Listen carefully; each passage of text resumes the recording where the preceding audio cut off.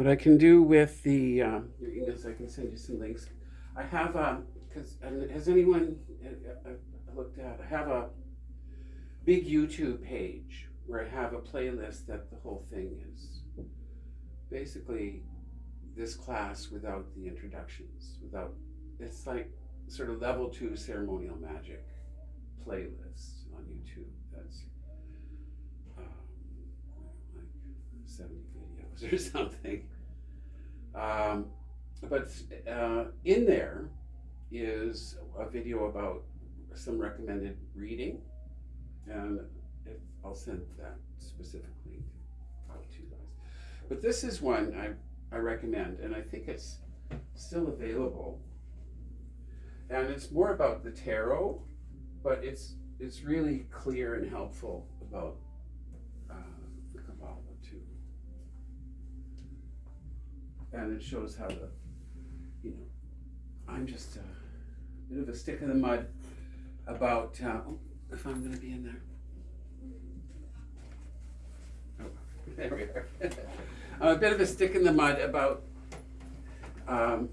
my personal theories around tarot and Kabbalah. I don't buy the academic description of where the origins of tarot. Academic, just hi. Sorry. No worries.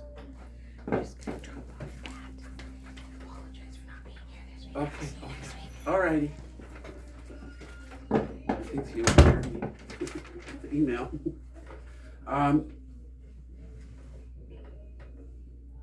The academic description of where tarot comes from is originates from like Italy and the 1300s and kind of beginnings of the Renaissance, and it was a card game, and the earliest ones we have are such and such from 14 something, etc., etc. But I used to be involved in this group called BOTA, the Builders of the Adaitum, which was a cult group from the turn of the early 20s or something, and I think originating in California. And of course there's Rosicrucians, used to be more of a active group, kind of society throughout North America and Europe. And what I was sort of learned from those kind of more the esoteric sources is that tarot comes from the Kabbalah. And if we look at the Tree of Life, which we have, I mean, there's ace through 10 of the spheres. There's 4 worlds, which I didn't really get into describing, but there was a little blurb on the handout a couple weeks ago about the 4 worlds, and which equates then to the 4 elements, the 4 suits, as well as fire, air, earth, and water, and the 4 suits. And then there's 22 major trumps, so you got your 10 and 22 paths, and the major trumps then in the tarot connect directly to these paths on the Tree of Life. So there's all these parallels, and then even the court cards, the princess or page, prince or knight, and king and queen. In the tarot, there's 4 face cards in each deck, in each suit, and they also equate to the 4 elements. So the kings are all fire, the queens are all water, knights are air, pages are pentacles or earth, and then so you have those 4 in each of the suits. So we have like the king of wands is fire of fire. The queen of cups is water of water. The king of cups is fire of water. So that's kind of where we get the court cards from, the face cards in the tarot are also from the tree and these four worlds. And where is my sheet? There it is. Ah!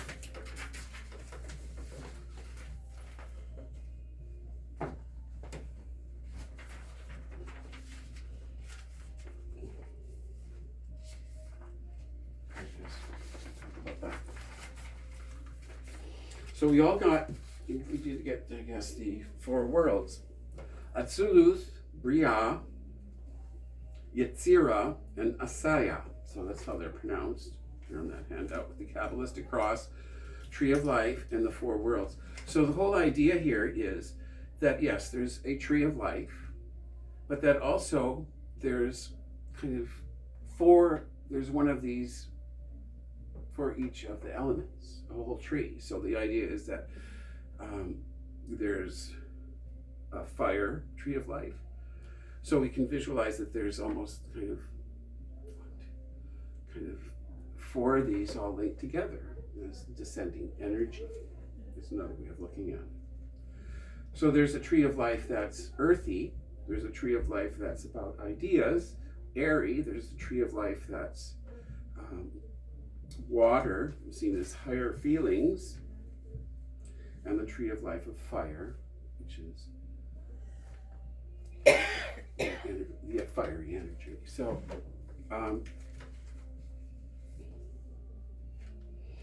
what I'd like to do is, we'll see how that works out. Do I have a bunch of them yet? Yes, I have enough to hand these out to you guys. Does everybody have do you guys have a pen or a pencil? I don't have a pen. I got extra.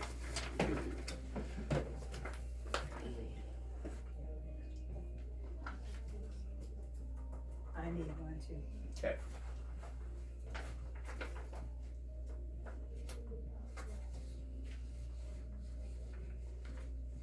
Okay, everybody can have one.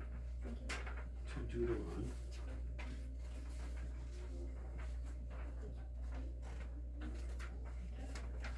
That one works. Yep. And that.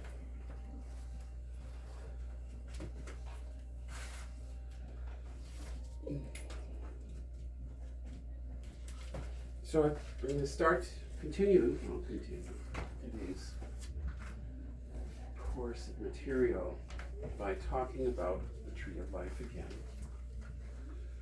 And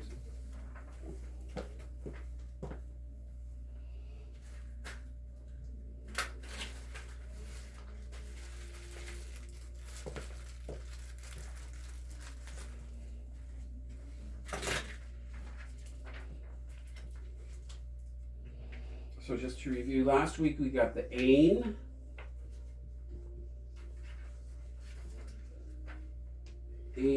Soth,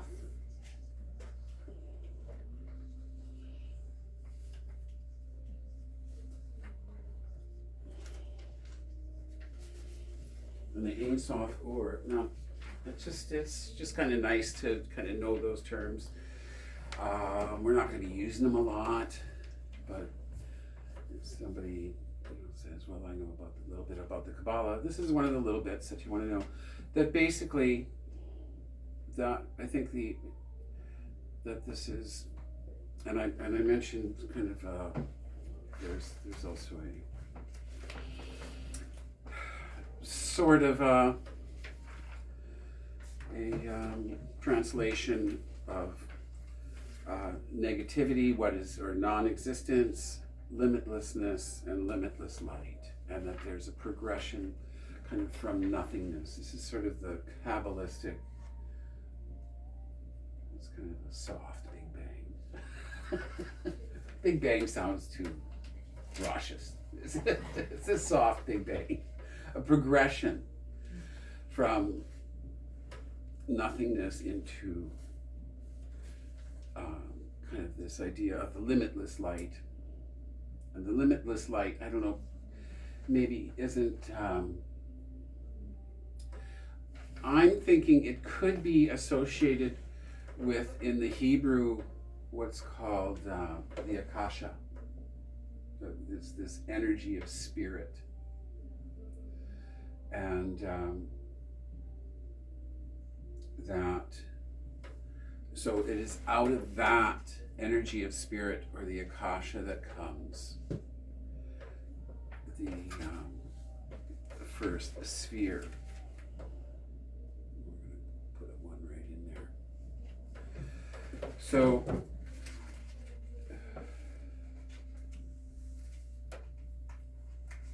there's my cheese. I gave you that one last time too, but we're just going to review. So the first sphere, when we've done the middle pillar a couple times now, and when we're imagining this light above our head, that's this guy here, the first light, and it's called the crown, or Kether. And then there's Hebrew god names associated with each of these that can be used in the middle pillar or in the meditation. And so number 1, did everybody got this one last week? Yes, thank you. Oh, great. I like seeing the scribbles around it. Yeah. Anybody want another one? I think I've got a few extra here. Yeah, mine as well. So there, they got that. I need to do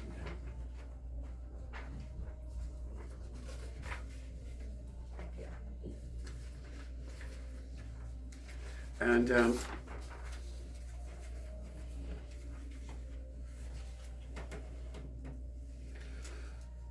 so when we think about that classic image of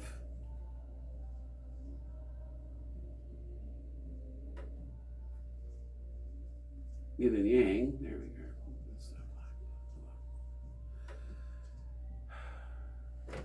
There's the idea that this stuff is kind of beyond the whole concept here. This is this point of energy that we're going to visualize in the meditation as an orb of light atop our head. It's called scintillating, because it's not just white light, it's sort of active energy. And you can visualize sparkly white light or something. Is this the first emergence of consciousness out of the light, generalized light? And so, which I think I mentioned previously as well, that it was recommended to me by my teacher in this, is always start with that higher light. And that even if you're doing kind of a witchy ceremony and you're holding hands and they're saying, okay, send those roots down into the earth, in your own mind, start up here. That's the recommendation. Start up here, and then you can follow through. And this goes to, I don't know, I'm going to ask for some discussion about this, because I just want to make sure you understand it from what I'm saying here. Is that why this is so important? Is this is essential for kind of the whole idea of protection, of psychic protection, of protection on. Because if we're exploring inner planes, other planes, what's going on beyond the veil, obviously there's some nasty ass crap out there. You want to have some simple protection spell or a simple protection visualization or thoughts that kind of elevate you. I mean, even when you're like using public transportation. And so the idea is always kind of start that process with this idea of higher energy. And because the whole idea here is we cannot, there's a kind of an old myth it's appropriate, and it's this idea that some story that back when the first native aboriginals were watching, had Columbus and these 3 ships kind of coming at them. that they didn't have it's not in their lexicon. It's not, they didn't have they didn't understand what they were looking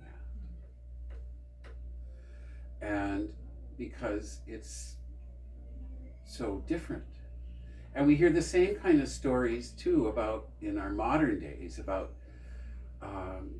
people who are saying, kind of talking about like extraterrestrials. Well, people see them as owls because they don't know, because it doesn't connect in their head that that's what could be what they're seeing.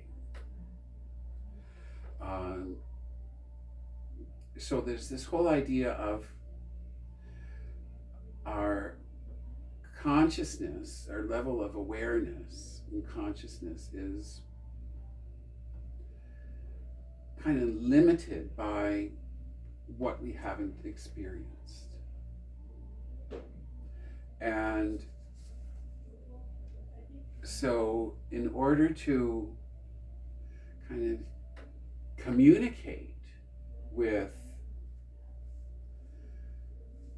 a guide, with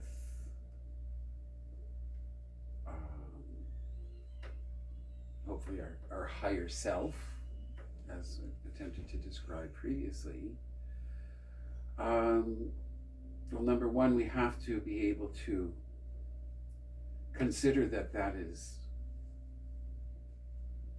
it can be a thing, that it exists. I mean, if you kind of don't have it in your cognition, that, I mean, if you're a staunch, I don't believe in anything, I believe in I believe in the material world, I believe in science, spirituality, religions are all poo-poo.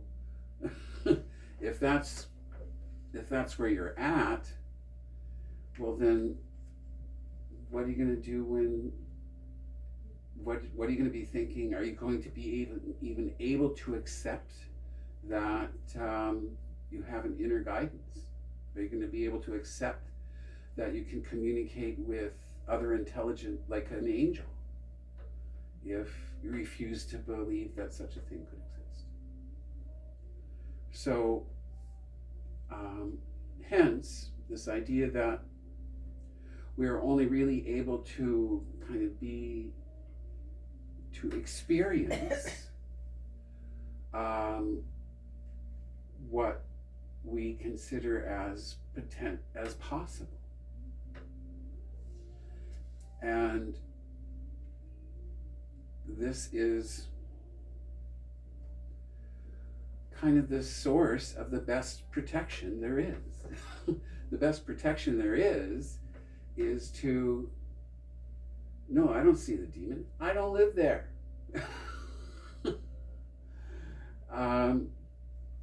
But I mean, we all have had full lives and full experiences, and we've seen a lot of stuff. We had a lot of joy, and we had a lot of misery. And even in just this life, let alone past lives, when the life expectancy was like 38. We're all living in sod huts on the Duke's property for generations, I mean, so the idea is, I mean, a little anecdotally, for several years I worked for the Kool-Aid Society, kind of watching over one of their apartment buildings downtown. And for a while I had the dubious privilege of doing the 7 p.m. to 7 a.m. shift, the overnight, and which was the busy time down there. And I swear I was able, but I've been kind of meditating and doing this for many decades, but I swear I was able to see crack demons on people. So, I didn't, I didn't think much of it really, because, oh yeah, okay. That's why that person is kind of walking away from me like this, because the monkey on his back, they actually did look like the old Wizard of Oz flying monkeys a little bit on these people. Literally. And, I wasn't worried about being kind of having them interested, the crack demon interested in me. Personally, But it also gave you a warning to, Sure. you were dealing with them. Yeah, Sure, yeah. right? Or actually, it seemed more that they were more concerned about staying away from me. But anyway, so there's that idea that,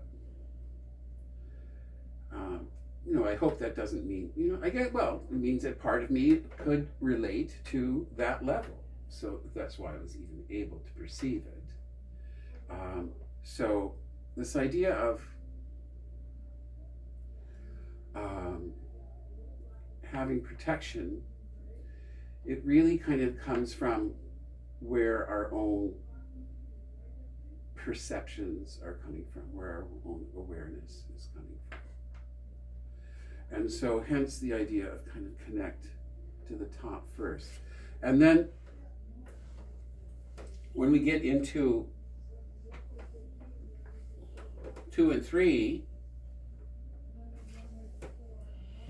and again the lightning flash goes that way. So number 2, wisdom, called Chokmah, and associated with the god named Yah. And so this is sort of this is known as the masculine pillar. And this is the feminine pillar. In like the High Priestess card in most tarot decks, that's the black and the white pillar. The idea here is the masculine energy of Jah, which was the Rastafarian god name as well, is this aspect of sort of Jehovah, of masculine energy, which is basically, this is energy. Then this is energy directed. So energy, pure energy, energy directed, and hence kind of the sense of the masculine energy of push.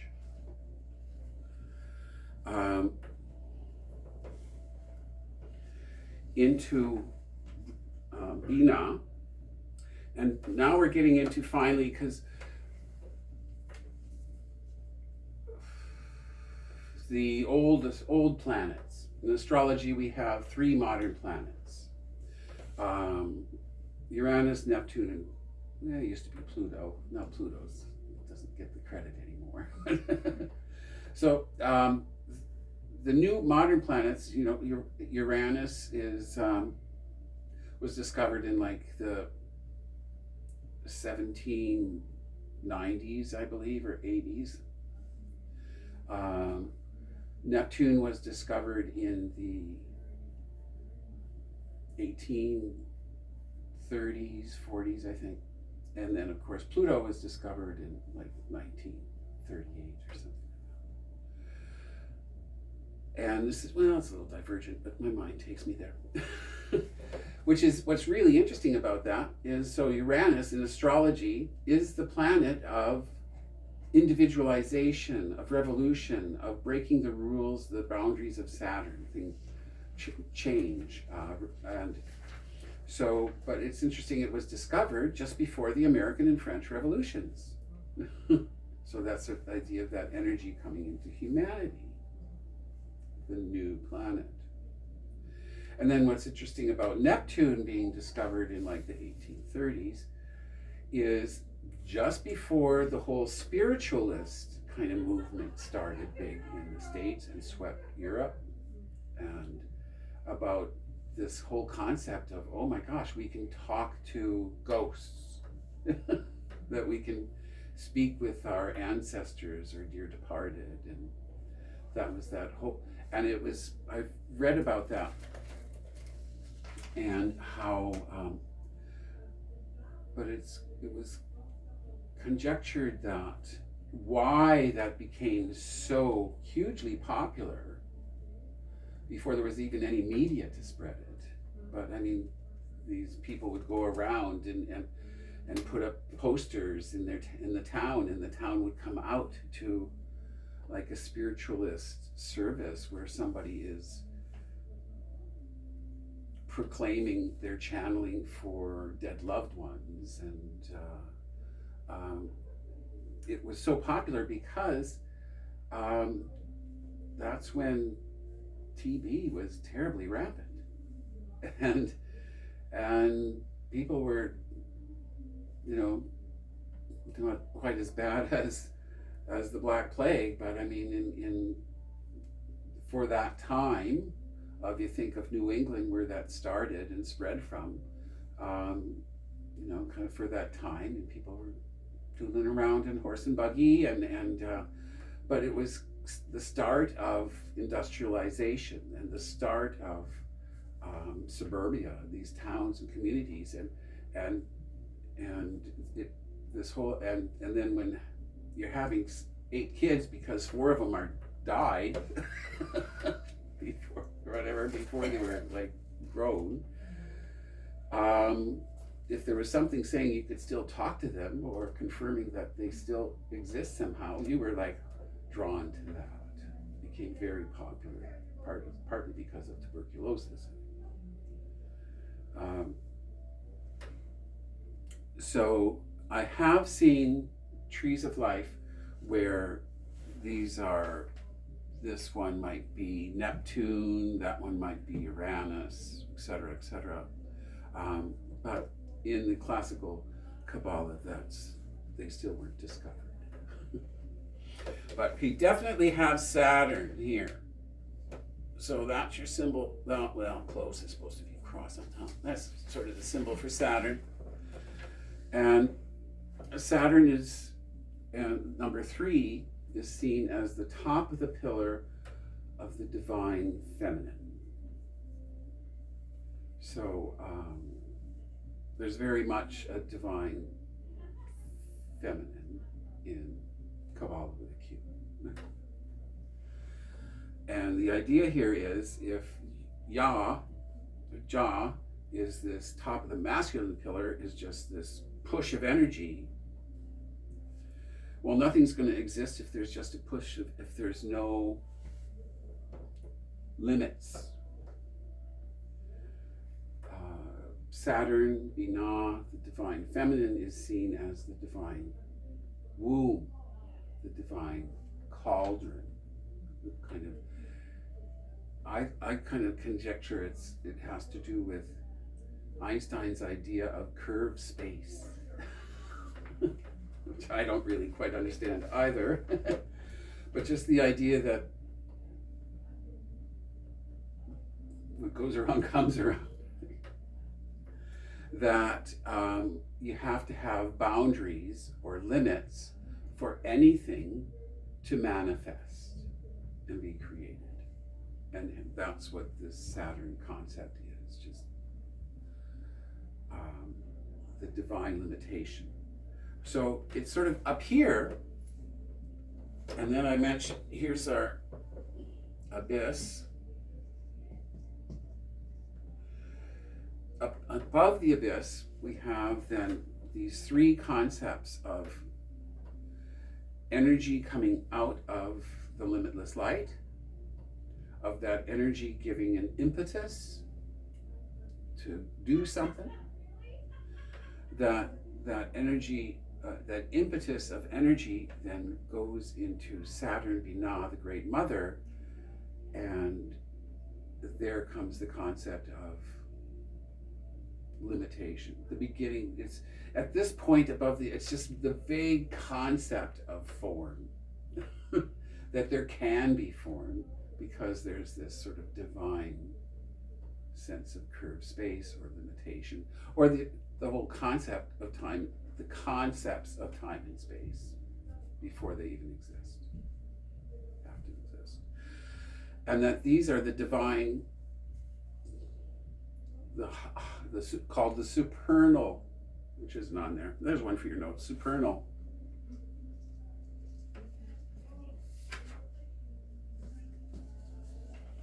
the supernal. These are the supernals. They're often termed the supernals because they're above the abyss, because they're untouchable, they're uncorruptible, they're just primal to existence. And it's from that comes the development of consciousness manifesting. So that goes down. We're going to review that. This is looking very good there. Jupiter. Try to do a little better job of that. Looks like a 4 with a crescent, but that's the symbol for Jupiter. And there's this idea that, so here it's called mercy. The name is Chesed. The god name is Al, associated with the planet Jupiter on your notes.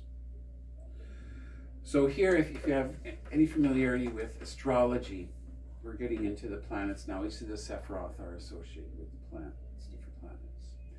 And Jupiter is called the great benefic, good luck, kind of good stuff, overflowing, abundance. All these are kind of Jupiterian concepts. The big picture in society. So this is like divine stuff, but we're getting into crossing the abyss down into worlds. And Jupiter is this kind of generosity. So we get from this like concept of limitation, we go back to the masculine pillar, and we have Jupiter, this kind of generous.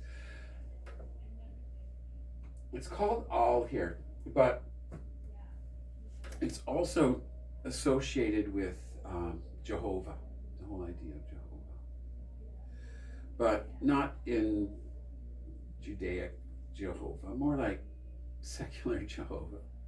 In other words, we're looking at Jehovah as we can see it as being a concept of a deity, of a tribal deity that seems to have a real kind of good and bad side. And the idea here is that, okay, let's take the kind of the good side is Jupiter, is abundance, is giving, the giving nature, the idea of the Father, the kind, generous, merciful Father God. That's kind of Jupiter. And but then in other pantheons, we see that as associated with Zeus. Or that might Jupiter, Hesed might be associated with Gabor Gedula. So it's also called Gedula in the Qabalistic cross on the left shoulder. And it's also, this might be associated with Zeus, would be associated with other kind of fraternal deities, would be associated with Odin, would be associated like these guys. And which brings us to the kind of Kabbalistic perspective on Jehovah in non-Hebrew Kabbalah, is that, well, Jehovah is sort of a demiurge that doesn't look up to see where he came from. He's just ruling from that point.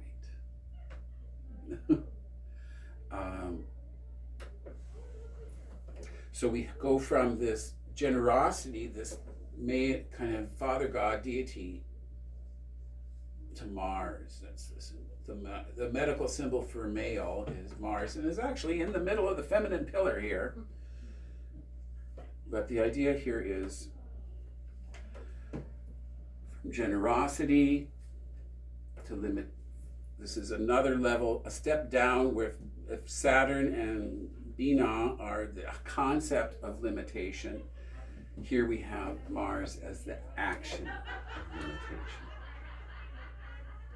So we have, it's the idea, well, if everything's just pouring out just good and wonderful from Jupiter, that's not something that can be maintained. There has to be some sort of expression of when to stop. That if we're being, it's like Saturn in turn in the Martian expression of the Saturn principle, good way of saying it, is there to prevent too much of a good thing. You know, it's great to feast, but obesity is unhealthy. It's good to be generous, but somebody's got to pay somewhere.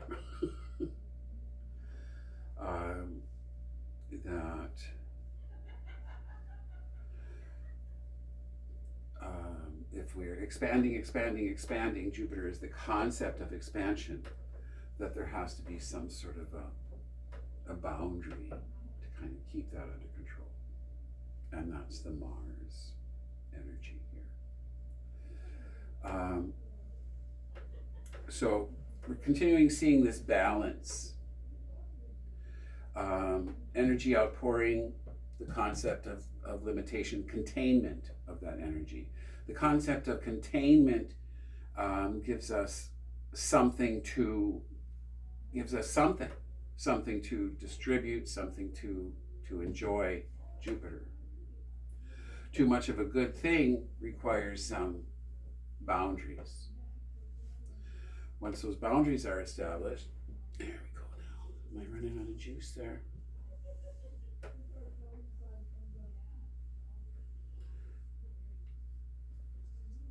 Five, six. Into Tifereth. Number 6 is called beauty. And as we saw in the middle pillar exercise, its God name is Yehovah Elovah. It's associated with the sun.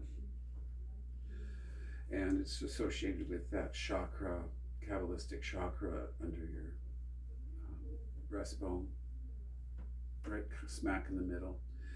It's viewed as the heart chakra. And as I mentioned in the middle pillar, it's about, here it's called beauty, and it's kind of the chakra of love, of unconditional love. It's also referred to in other, well, I'll get this out here. It's often called the Christ consciousness, but it's not really associated with Christianity, because Christianity, they turfed those ideas back 360, 325 or whatever of, you can read in the Bible where it says that Jesus says that God is within, or that I am in you, and that's pretty well got ignored by the church because it didn't fit their power structures. Well, you can't have everybody being like Jesus, because then I don't need they don't need the priests. That's right. So the idea that it's seen as kind of the center for kind of heart thinking, heart awareness, because science does tell us that the heart is almost as busy as the brain, and but it's also seen as kind of the seat of, I think, in what kind of Joseph Campbell in Jungian terms is called the seat of individualization of knowing, of kind of a seat of kind of successful self-awareness. And here's the whole theory that successful self-awareness puts you in your heart, and that's seen as the Christ consciousness that each of us has. So, I mean, I'm an unbelievably lapsed Catholic, if I like to, I self-identify now as a goddess primary pagan priest. I don't buy that church stuff anymore. But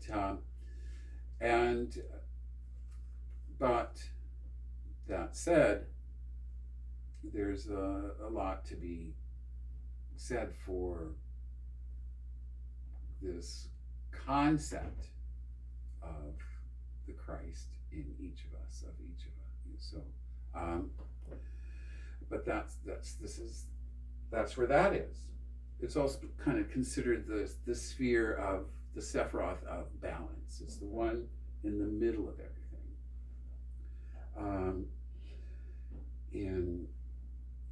And which brings us again, I mean, it's all the sixes in the tarot. And just like this is all the ones, this is all the twos, this is all the threes, fours, fives, sixes. So that's how that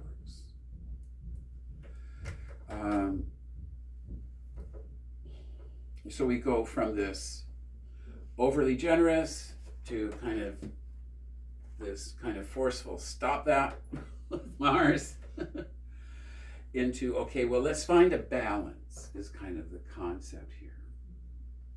And that is seen in that heart chakra, that finding that balance. I'm running out of room.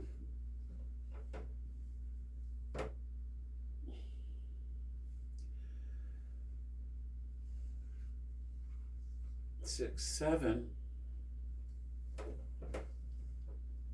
8. So, make it much easier for me. We'll get these on there. So it's not that legible, but that's the symbol. And the Venus symbol is here, or the female medical symbol, same, Venus, is number 7.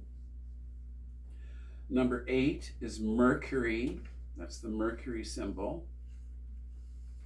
Well, except neat. And let's get these done here. Well, I can. And that's the moon in number 9 down to 10. We're just going to put half a 10 there. Earth. So we've gone from this balance from the heart chakra, unconditional love, and the next one on the path down, the lightning flash, is Venus, which is interesting. Now we got Mars in the middle of the feminine pillar, we got Venus at the bottom of the masculine pillar, but Venus here is seen as, well, the Venus things, which is love and aesthetics and beauty, but it's also kind of passion. It's not the Venus on the tree of life is not Damir. It's not like submissive, you can say. It is, it's passion with some gusto, with some need, shall we say. So that's why the sun up higher in the 6th in balance is unconditional love. We go to Venus, which is, I got conditions. And those conditions are to fulfill my needs. So, but nonetheless, it is still the planet of, it's very much kind of those, I don't know, there's kind of a dichotomy, and we can discuss this. We'll think about this more as we go along. And hopefully we'll learn about it exactly directly by going into that sphere. But we have, because tradition, the moon is number 9. Number 9 is seen as emotions. But I guess there's sort of emotions and what we make of them. And that's maybe the difference between the moon, number 9, and 7 of Venus. Because we can think of well, I'm skipping 8 for now, I understand that. But number 9 is the moon, and we use that in the middle pillar exercise as the purple orb. So they also have colors there, which we have on the other side, we'll look at again. And it's, in the secular middle pillar, I call it the energy, the sphere of life energy in number 9, in the moon, in the groin area. The reproductive organs are associated with number 9. But kind of bigger than that, the moon is emotions here. Of course, the moon has all these connotations about early childhood and dealings with one's mother and family and all these kind of. The moon holds where the shadow work is, but also the moon is considered. I like the term. It's kind of. Here we have rational thinking. Here we have Christ consciousness, heart thinking, and the moon in the groin area chakra is glandular thinking. So not just those glands down there or in the body, but the glands everywhere. We have glands everywhere. And so the idea here is, we know that our thinking in science, in rational science, well, our thinking is these electrical impulses in our brain. But we also have glandular thinking, and the glandular thinking is our glands secreting organic chemicals that wash throughout our body, and that these every day, all you have to do is look at something, and you may have a glandular response. And that glandular response is, on one level is kind of fight or flight, and another level it's kind of, oh, ain't that cute? And they're glandular thoughts, glandular thinking. So that's what the moon is about. Which brings us kind of back up to from 7 to 8. Mercury, called Glory, Hod, Elohim Sabaoth is the god name. Mercury, it is, I didn't do that properly, but so we went from 7, Venus, it's called Victory, Netzach, the god name is Jehovah Sabaoth, and it's associated with the planet Venus. So this passion element. And we can see kind of from that description of why maybe it's on the bottom of the male pillar. At the bottom of the female pillar, we have number 8. So here's this dichotomy and balance again. We have the balance between 2 and 3. Energy out, energy contained. The balance between 4 and 5. Energy kind of given, spread, generous, energy limited with Mars. From 7 to 8, we have passion and aesthetics and our kind of instinctive response to, oh, that looks good, or that looks bad, or that smells good, or that smells bad. That's all going on in number 7, those kind of discernments.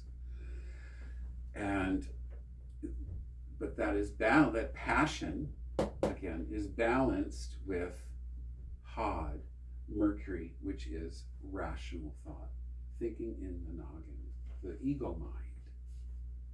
Number 7? Number 8, ego mind. Ego mind. That's thinking. It's said in Kabbalah that even kind of the media today, you hear about the Akashic records. And the idea is that those Akashic records are in Hod. It's all the data, it's the rational thinking. So we go from passion, the balance between passion and rational thinking. Am I going to follow my desires, or am I going to be sensible? That's kind of a polarity that's always going on. And of course, some people aren't even aware of that. So that means that their awareness is not up there yet. Interesting, in the tarot, the path between Venus and Mercury, between passion and reason, is the Tower card. Of like, you build something up, and if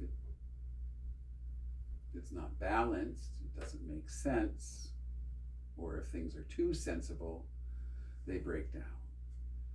If things are too passionate and not enough sense to it, they tend to break down. So that's a significant kind of arrangement here in life. And so 9, and then 9 is the astral. The idea here in this path, this lightning flash, again, is the path of manifestation, the path, a creative process, if you will. And so we're looking at it as the creative process of the whole darn universes. From consciousness comes this light, comes this energy, comes this beginnings of form, becomes boom, manifestation. And but also in our own personal creative processes. Oh, I had an inspiration. What can I do with it? Well, maybe I can do something with it. Something. It's still a big question. It's above the abyss. It's still just maybes. And but maybe from what can I do with it, from I can do something, comes some Jupiter stuff. Well, I have this education. I have this knowledge. I have these abilities. Jupiter is associated with higher learning. And this is kind of taking the tree of life down into our experience now. Well, I went to school for that. I practiced that. I was pretty good at it. So that's because, so there's this Jupiter growth. It's an expansion through Jupiter. And then the Mars stuff, though, comes on and says, well, but I'm going to need these tools. I'm going to need this time. I'm going to need, Mars can be the self-criticism that kind of cuts off the creative process right there. But Mars can also be kind of, another meaning of Mars is the desire nature. I have some background. I know I could do this because I want it that bad. So is Mars going to kind of cut you off from this creative process because you don't think you could do it well enough for your own expectations? Or does Mars contain that drive that's going to kind of get you over that hump of self-criticism, or of kind of naysaying to yourself? And if Mars gets you over that hump of naysaying, then you can kind of get into the sun chakra here of, okay, so how do I go about, how do I spread this? How do I express this? And very much the number 6 is about that creative self-expression. And then you get, well, what's next? Well, Venus is next. Well, what would I like it to be? What would it look? How can I? How is it going to impact others? How are people going to feel about this? Is it going to make me? This is kind of the lower expression of Venus, but is it going to help make me popular? Are people going to like me if I do this? Or am I going to ostracize myself and kind of lose friends because I do this? So those are kind of the questions of Venus. And then Mercury is about the physically, getting right down to, okay, how do I go about it? And making plans and designs and making kind of some, like, using your brain to kind of get it's the thoughts of, it's the ideas of what you want to manifest, becoming more specific, the plans, the directions. And that then into the astral 9. The astral world is really considered to be, there's really links between the astral world and the physical world. You know, I think it was mentioned briefly last time here that oh yeah, where is it?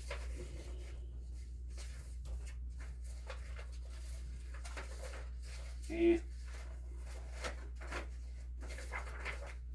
there it is. When we talk about the astral world, we're thinking of Yetzirah in a way. The 4 worlds don't connect directly to the tree so much as sections, because the 4 worlds are 4 expressions of the whole tree. But in a way, the astral of 9 is more the world of formations, here called the angelic world. And the world of earth, of physical matter, is called matter in action, but also it's the lower astral and etheric planes are considered to be in earth, part of the material world. So in other words, the astral world is maybe considered to be what we experience. If we dream at night, we're usually in the astral world. If we there's a concept in theosophy and a lot of different things about called thought forms. And the idea is that if a thought, that thoughts have forms. Thoughts have forms in the astral. Thoughts have forms in Hod, in Mercury Hod. And that if we, we just have a thought, when we don't dwell on it or we just let it go, for some reason, it's each of us, we all have our own way of dealing with a unfocused mind or busy mind. I know, I think at one point when I was training kind of my imagination a little bit with, because goes back, I don't know, I was in my early teens when I read like a book about, probably from some author named Zohar, about reading cards or something, and it had this thing in it about, try to imagine that you're looking at a screen like a TV in your head and see what comes to it. It's sort of a practice. And if you don't like something, you can just change the channel. And there's that whole idea that it's kind of almost a Jungian idea too, that our brains are not necessarily creating thought so much as we are antennas, and that we can change the channel, can change the vibe, change the level of what we are receiving. And I think early on I developed this little kind of humorous, but some thoughts you just want to flush. And some thoughts you just, but if we choose something, as we sort of self-identify for some reason with a particular thought, and we sort of, that we begin to give it some energy, that we're moving it up into an astral existence, an astral that it actually has then begins to take on a form, a thought form. And that those are in the ninth sphere. And so in the creative process of energy coming down and through, we're going from this, if you have a great passion for something and you don't kind of plan it out or think about it, chances are it's going to fizzle. Nothing's going to happen. You have to kind of balance out that passion, that energy, that enthusiasm with the rational mind to kind of, okay, how and where and etc. Get the details.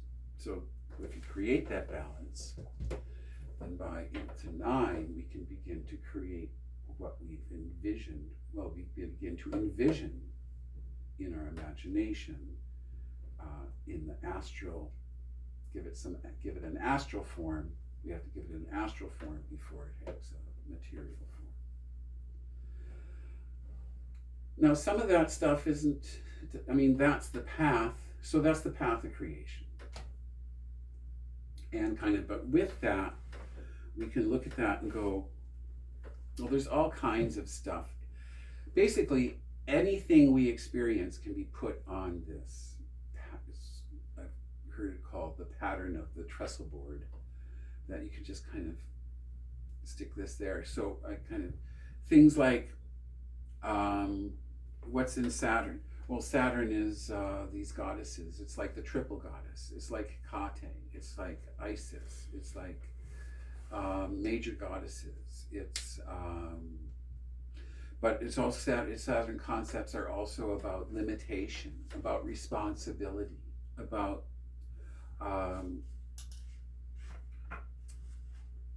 and about old age, about all these kind of concepts. So we get into Jupiter and we have this generosity. We have this different deities, the father god associated with Jupiter. And so we have Jehovah, we have Odin, we have Osiris. They're all associated, might be associated with Jupiter. The Titans, the old gods. But then in our life, Jupiter is to do with big things in the societies we live in the world we live in. It's about concepts, about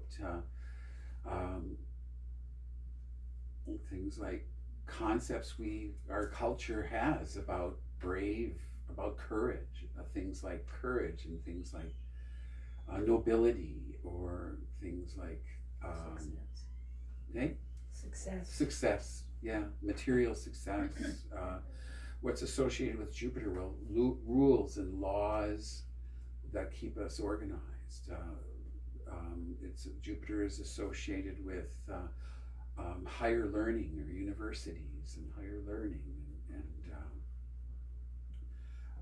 and then Mars is kind of the balance of that. Mars is associated with Mars stuff, with like military and war.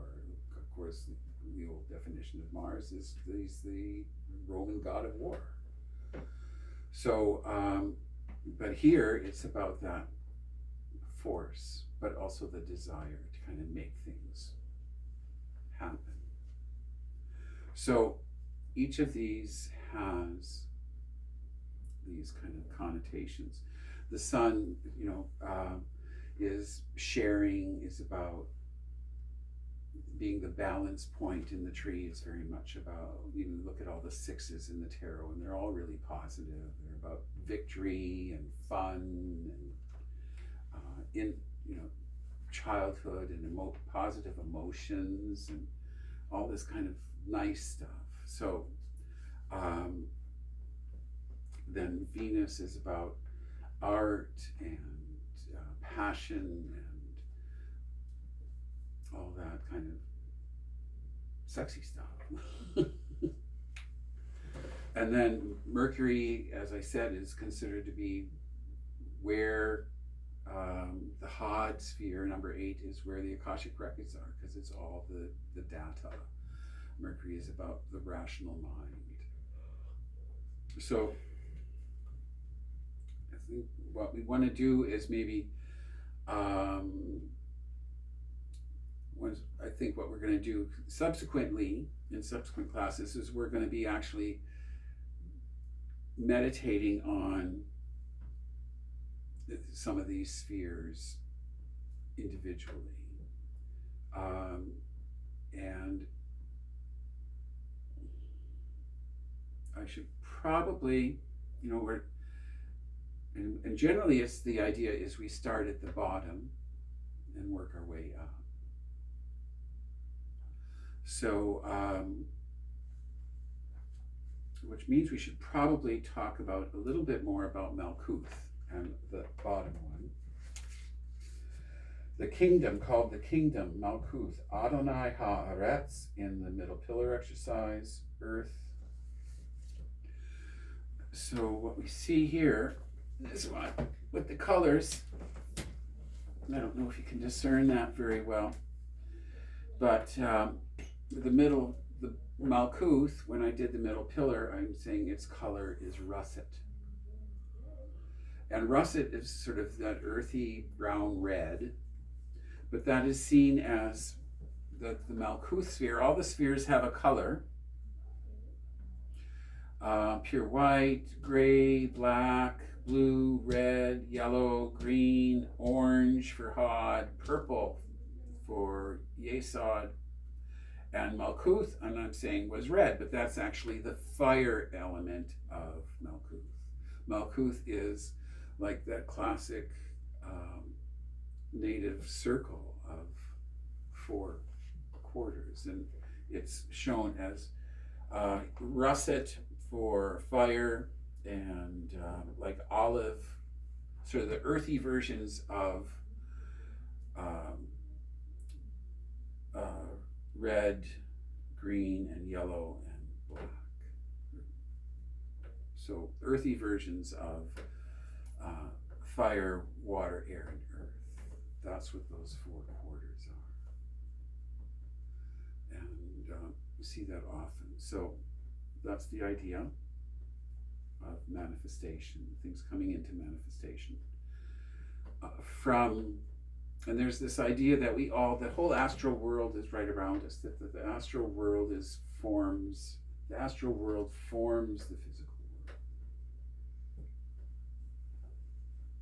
world. And it sort of sets the pattern, the astral world sets the pattern for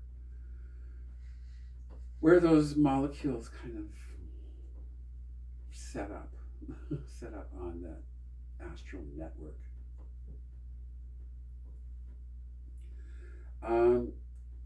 Any comments, questions?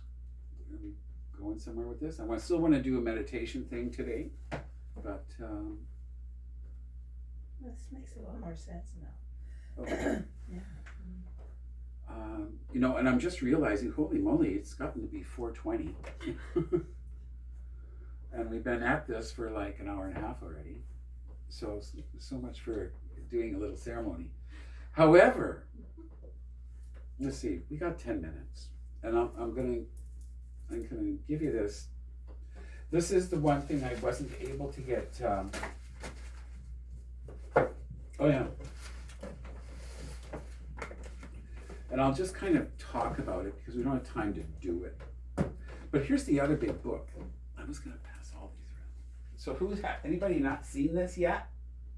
It's heavy. And I don't even know where you can find it. A lot of it might be online now, a lot of these books. Like I'm pretty sure this whole book is online. No, it's not the original edition. It'd be valuable if it was. Yes, first published 1935. Dion Fortune's Middle Pillar. No, Mystic Kabbalah. There's a newer version of it up there on the shelf. Oh, okay. Or Up here. The Kabbalah. Oh, there's a few of them. Yeah, I saw a few of them. Magical Kabbalah for beginners. There we are. There's one. Are these like used books for sale, or is it the library? No, I think it's their personal one. All right. But there is ones on the shelf.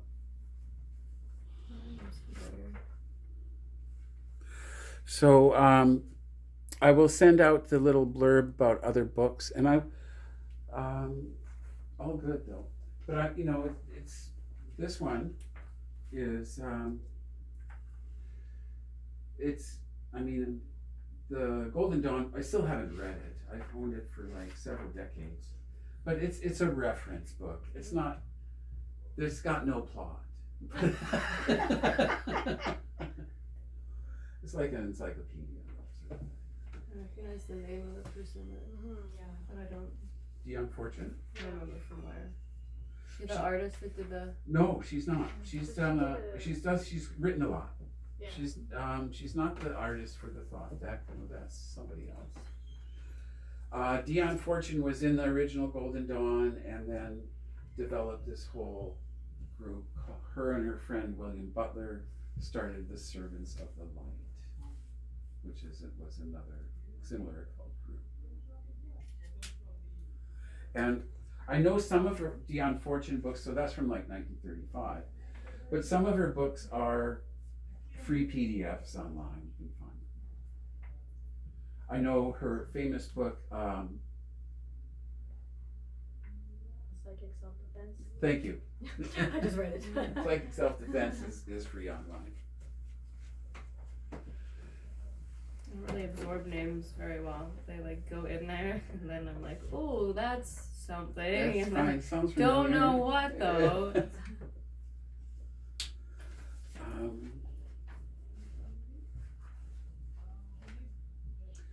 So what I'll try to do in 2 weeks is I'm going to connect to you guys. I'll send out some other material and connect you to some of the videos that I already have in the cyber world there.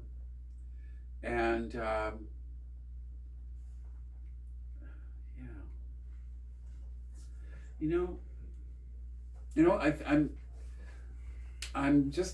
I admit I'm debating a bit with myself about what you might really kind of like to do.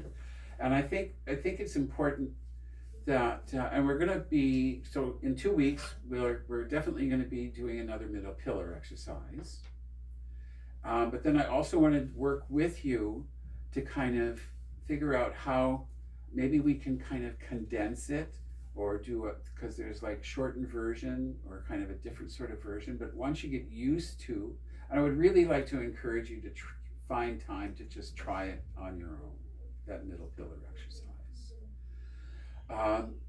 Because, well, for one thing, if we're going to do it for every ceremony and every ritual we learn, and we learn by doing, it takes like a half an hour almost to 20 minutes anyway to kind of just do the middle pillar properly. So we'll try to figure out, I have some other forms of meditation, which we're going to kind of go from that to kind of a condensed version that we can use in temple and ceremony. This is one of your other A cards. previous version. Are there any like guided meditations online or anything you'd suggest? Because I feel like when I'm like sitting down to do the exercise, I'm like just like Yes. trying to remember the name, and I'm like in the zone. I'm like, wait, remember you have to do this, right? And like, hey, yeah, it's just takes time of like actually doing it, I guess, for sure. But sometimes it's harder to memorize the whole. No, that yes, there are. And the woman, she passed recently, I saw in the news, cyber news. Her name is Dolores Ashcroft Nowicki, and she's written a bunch of books, and she was the leader of the band for this continuing Servants of the Light organization in, I think it was in Wales. And I know that she has some really good books about where she's doing like kind of detailed guided meditations for each of these spheres and etc. But for myself, I mean, and others, I've come to, it's been my experience that often they're just too detailed. They don't give you free rein about going where maybe you were going to go in your meditation. So the methodology that I prefer is that, say, if we're going to actually do Malkuth as a sphere, as an investigative meditation in a couple weeks, that we have a period of sort of, I would assign a little homework to kind of read up about it a little bit if you have opportunity, that we would come in here together, we would sort of discuss, well, this color, this symbol, this tarot card to think of, that we line up all these kind of things to kind of think about when you're meditating, and maybe do a little bit of guided about, now we are going to visualize this and see yourself here, etc., etc. But then there's a launch point that says, okay, go for it from here on your own. And I think that that's much more valuable than just being guided through one person's experience of that place.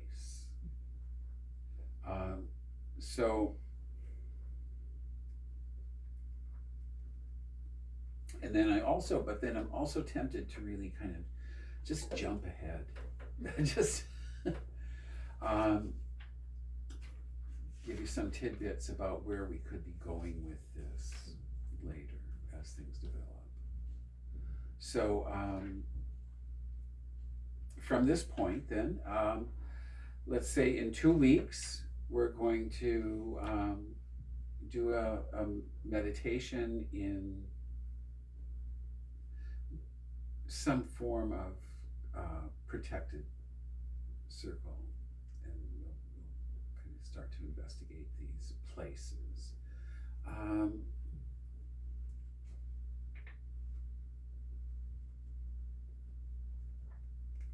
Yeah, we'll leave it at that for now.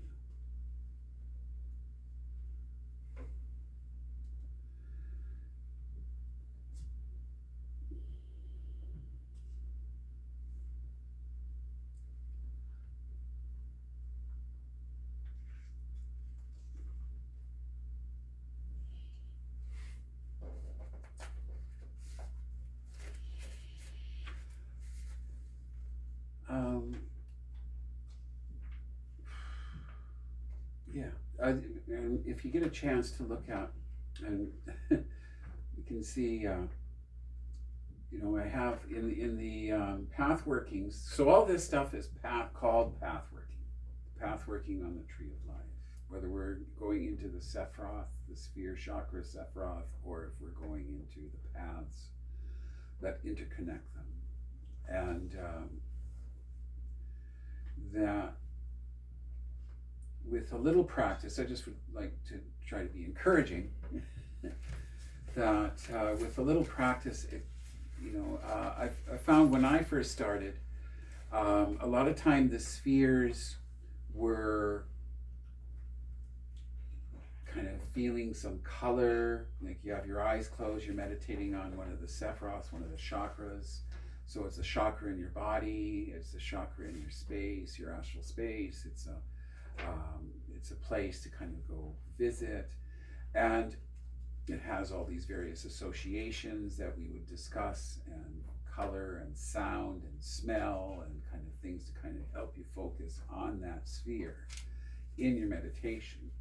And but I found a lot of the spheres experientially, with my eyes closed in meditation, a lot of those spheres are vague. They're energies, you're getting a sense of the energy, but the paths are like a video and you like a dream when you're awake. They're much more experiential. The paths are more associated with our own lives and our own consciousness and how we relate to the tree. So I think I'm talking myself into starting with some of the paths, and because they can be much more. I mean, you've had an experience if you're meditating and you start chatting with a gnome and an elf or an angel. And it's more memorable than, oh yeah, I felt that feeling and there were those colors. So I think so I've talked myself into it. That I'm going to present in 2 weeks. We're going to do the 21st path of the universe card, or the world card. And the world card is this path between Yesod and Malkuth. And even though it's going up the tree, it involves going into our own subconscious. It's kind of the first steps on shadow work, but it doesn't need to be scary. Okay? But it'll be kind of, we're going, so that's what we'll do. We'll do that path next week, the universe path, the world path.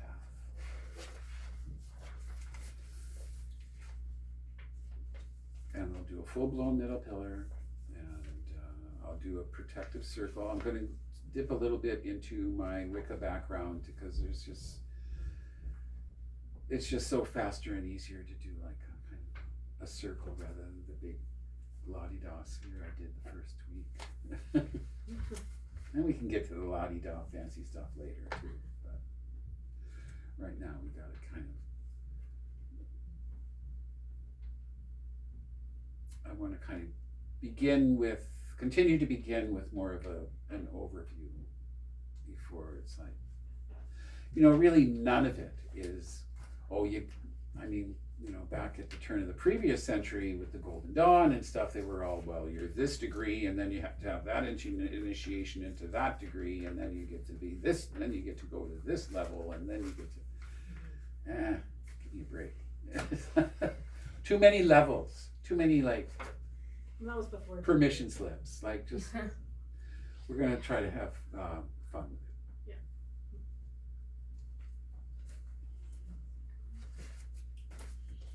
And that's what I got. Look at that, 436. Goodness. Oh my God.